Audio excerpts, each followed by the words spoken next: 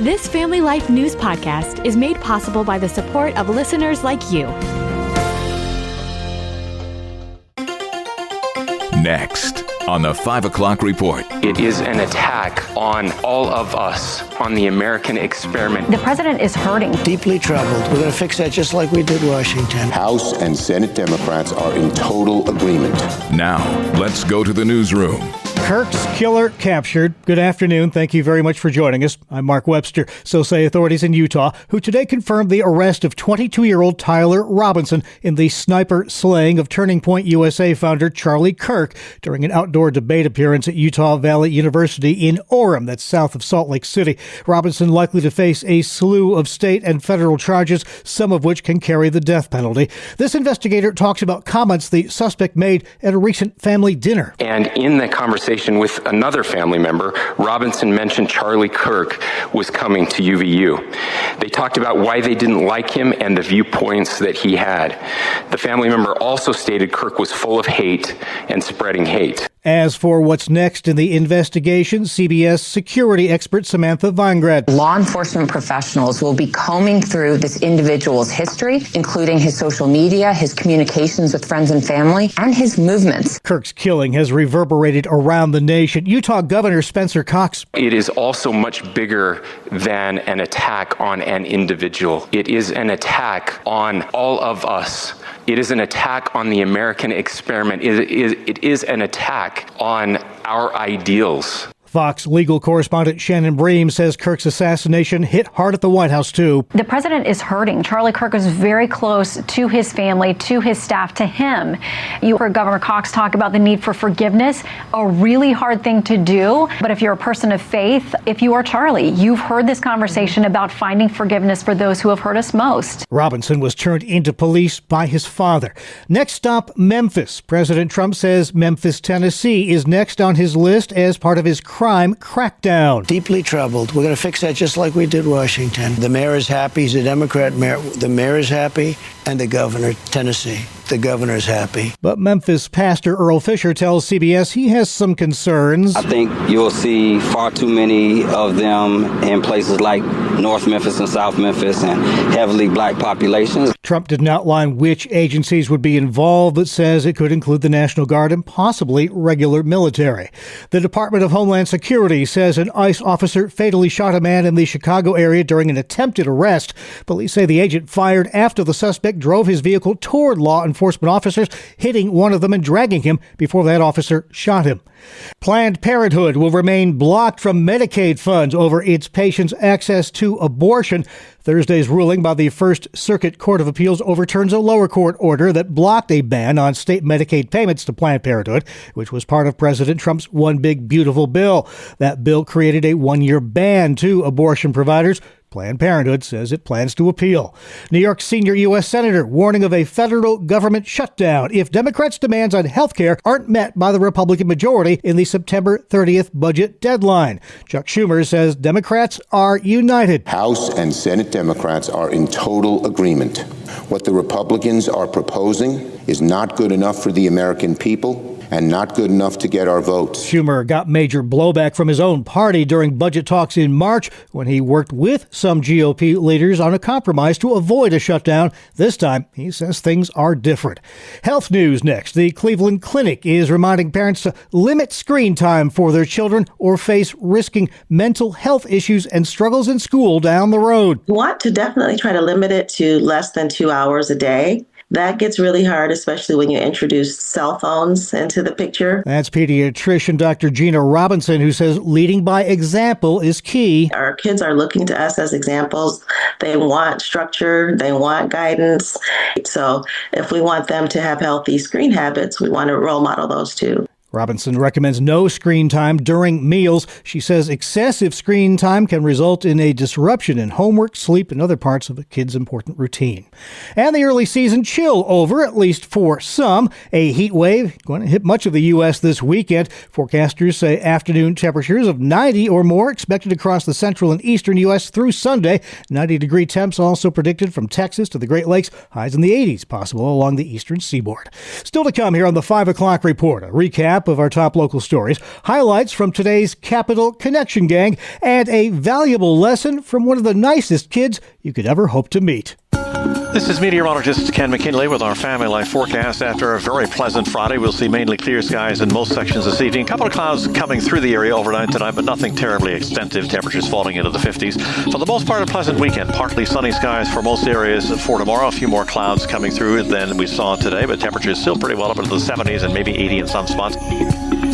All right, thank you very much, Ken. Now checking the top stories making news where you live across New York and PA, and weather is one of them. As we just heard, the prospects for any meaningful rain anytime soon looking pretty slim so far. Farmers and others directly impacted by a very dry stretch of weather keep waiting and hoping as moderate drought conditions persist in western and central New York, as well as the Twin Tiers and western and central Pennsylvania. The long-range forecast shows very little in the way of precip, and a major warm-up, as we heard, is on the way as well. Dry, warm, sunny, high pressure, not moving. Not a drop of rain expected here through the weekend. Temperatures will be toasty too.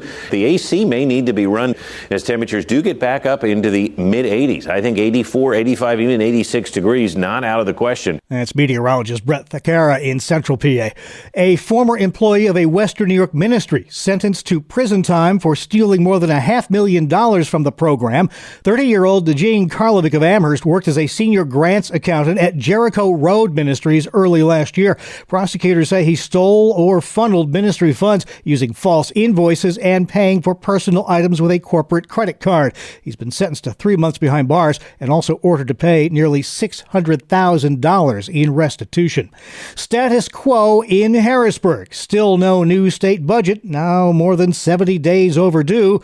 Why the holdup? Well, these state lawmakers from both sides of the political aisle tell WHTM that part of it comes down to geography, what areas the key players represent, and the conflicting priorities that come with that. If you have a majority of people that are also a majority of one demographic area, that puts them in a driver's seat. Some of these issues are regional in nature. They're not Republican or Democrat. There's no question geography of the membership and leadership members has played a role. We've always had the wrestling match between rural versus urban. Most key Democratic players are from Eastern PA, most Republican leaders Western PA, and still having a tough time trying to meet in the middle. All right, up next, highlights from this week's Capital Connection, as our Bob Price speaks with Jason McGuire with New York Families and Michael Geer with the Pennsylvania Family Institute about the most pressing issues of the day in Albany and Harrisburg. Jason, I want to begin with you. New York's Attorney General is inserting herself big time in a landmark legal battle involving a New York doctor who prescribed abortion kill pills to a pregnant woman in Texas. We've discussed this issue before on this program, but now it's gone to the next level here. What is going to come of this case, which really tests the limits of that SHIELD Act or SHIELD law in New York? Yeah, this is an interesting case to watch because I think that now that New York State Attorney General Letitia James has weighed in against what's happening with Texas and their Attorney General, it's creating a scenario that may force this all the way to the Supreme Court. And I don't know that that's going to bode well for New York. New York wants Texas to respect states' rights in a New York doctor mailing abortion drugs into the state of Texas. But New York would never allow another state to send, let's say, firearms into New York from a state that is more pro-Second Amendment. And so it's going to be a difficult case for the Attorney General to make, and the ramifications may backfire on her. All right, we're talking about this issue, Michael. Every day in Pennsylvania, 100 babies are lost to the abortion holocaust, which is still happening despite the overturn of Roe v. Wade. You are going to be shining the light big time on this issue a week from Monday, September 22nd. It's the 5th annual Pennsylvania March for Life, one of the largest rallies there is in Harrisburg. What's the message you hope to send to state lawmakers and the governor? Well, I just first have to say, hearing you say those words, 100 babies are lost to abortion every day in Pennsylvania, just lands on me horrifically for people to just grasp that. And that's why we march, because of the death toll that we're seeing. One of the things that I love about this particular march this year is that our MC and keynote speaker is Ryan Baumberger. He's a young man who was conceived in rape, but his mom chose life and gave him up for adoption. And his life and legacy, and that really of the marchers that will be there, send the message that every human life has inestimable value. We're created in the image and likeness of God, and that we must protect all innocent human life from conception until natural death. Amen. And again, there's information on your website if you want to take a bus trip to the Capitol. All that's online. We'll give that at the end. But Jason, let's talk about marijuana. I know we beat this drum a lot, but just read an article. We still got a ways to go in 2025, and already the state has raked in over $1 billion, with a B as in basketball B, dollars in marijuana sales. It's a huge cash cow. But sadly, visits to the ER from marijuana-related illnesses have doubled the past couple of years in New York. How big of a problem is cannabis use disorder, and how is it really starting to impact our healthcare industry in this state? Yeah, it's an enormous problem that we're concerned about. We're now seeing it lived out. Unfortunately, the state only sees the dollars it will take in from investing in legal weed, but really the problems are there, and they sometimes seem blinded to the ramifications of the policy decisions that they make. When you see teen use increasing, that is a problem. The marijuana that is being used today is far more dangerous than it was decades ago. The THC levels are just unbelievable, and the state seems to be turning a blind eye because it is blinded by the dollars that it's drawing in. Yeah, profits over public safety. It seems to be the way they're operating in Albany. But Michael, you've successfully fought off this expansion of recreational marijuana in your state for several years. The vote is always very close. Many who support this say it's not a question of if, but when pot is permissible in Pennsylvania. How has science strengthened your argument and your fight to keep this out of the Commonwealth? Well, I think the scientific studies on marijuana are finally catching up with the detail on the impact of the high-potency products, as Jason talked about, that are now sold in pot shops in states that have legalized. And the impacts of that high potency are devastating. Addiction, psychosis in vulnerable folks, impaired memory or cognition, anxiety, and it's worse for teens. And the addiction that will come from this is, I think, intended by the marijuana industry. All right, gentlemen, that's Michael Gear with the Pennsylvania Family Institute and Jason McGuire with the New York Families, speaking with our own Bob Price on today's Capital Connection, which comes your way every Friday during the Family Life Noon Report. Catch that and all of our Family Life original news features in their entirety online anytime at Apple Podcast, Spotify, YouTube, or FamilyLife.org. This is the 5 o'clock report on Family Life.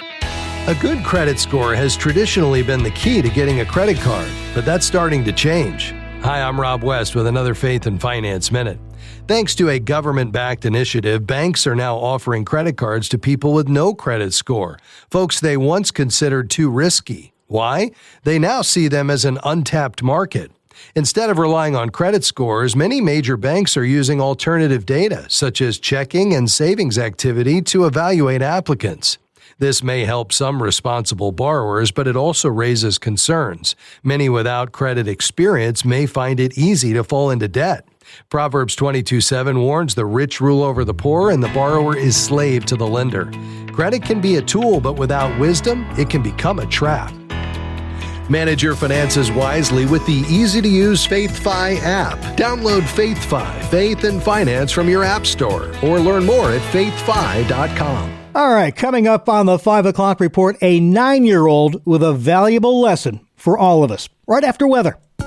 This is meteorologist Ken McKinley with our Family Life forecast. After a very pleasant Friday, we'll see mainly clear skies in most sections this evening. A couple of clouds coming through the area overnight tonight, but nothing terribly extensive. Temperatures falling into the 50s. For the most part, a pleasant weekend. Partly sunny skies for most areas for tomorrow. A few more clouds coming through than we saw today, but temperatures still pretty well up into the 70s and maybe 80 in some spots. More clouds as the weakening front comes across the area tomorrow night, but probably no precipitation anywhere. And then on Sunday, skies will turn out partly sunny once again. The clouds may hang on a little bit longer over central New York and eastern Pennsylvania, but eventually some sun will come out there, and temperatures again will reach the 70s for a very pleasant finish to the weekend. All right, sounds good, Ken. Thank you very much. Finally at 5, at the end of a week that was tough for many, we pass along the encouraging example of 9-year-old Ethan Wargo. He tells CBS's Steve Hartman he was reading a book where one character sets up not a lemonade stand, but an insult stand. And then I just got inspired by it. Now, thankfully not to duplicate it, but just the opposite, to open up a free compliment stand. This summer, he's been sitting in front of his Sycamore, Illinois home offering up free compliments to anyone who wants one. I like your bike. I love your little vest. I think you look really handsome. I like your bracelets. Thank you for the compliment. You're welcome. Visitors to his stand handing out sweet words instead of sweetened lemonade started slow, but then his parents mentioned it online. Yeah, it's really blown up. I was really kind of caught off guard by just how strong of a reaction people had to it. Well, some say flattery will get you nowhere, but young Ethan says it's been worth his time, even though he admits complimenting everybody can be a bit challenging. It's just very heartwarming to them. Have you ever looked at somebody and found it hard to come up with a compliment? Sometimes. He's honest and he's nice to a fault. We could all use a little more Ethan Wargos. And that's the world we live in for Friday, September 12th, 2025. Thank you again for joining us. Speak kindly and have a blessed weekend. I'm Mark Webster, Family Life News. Thank you for listening to this Family Life News podcast. If you've been encouraged by what you've heard, please share it with others and click the subscribe button to automatically receive future episodes. Family Life is a listener-supported ministry. Podcasts like this are made possible by your financial partnership. Find out more at familylife.org.